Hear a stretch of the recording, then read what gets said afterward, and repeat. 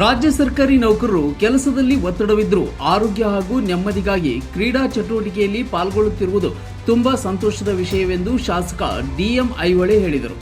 2024ರ ತಾಲೂಕಾ ಮಟ್ಟದ ಸರ್ಕಾರಿ ನೌಕರರ ಕ್ರೀಡಾಕೂಟವನ್ನು ಉದ್ಘಾಟಿಸಿ ಮಾತನಾಡಿ, ನನ್ನ ಅವಧಿಯಲ್ಲಿ ಪ್ರಥಮ ಕ್ರೀಡಾಕೂಟ ನಡೆಯುತ್ತಿರುವುದು ಹೆಮ್ಮೆಯ ಸಂಗತಿ ಎಂದು ಹೇಳಿದರು.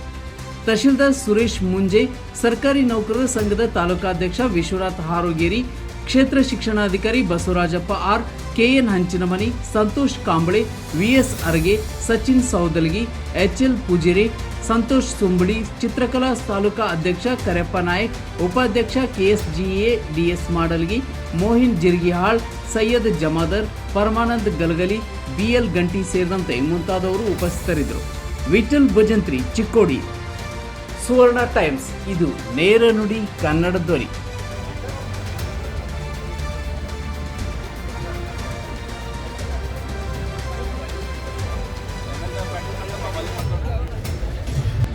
ದಿಗ್ರಾಜ್ ಸರ್ ಅವರೇ, ಜೊತೆಗೆ ಇನ್ನೋರ್ವರು ಆತ್ಮೀಯರು ಸ್ನೇಹಿತರು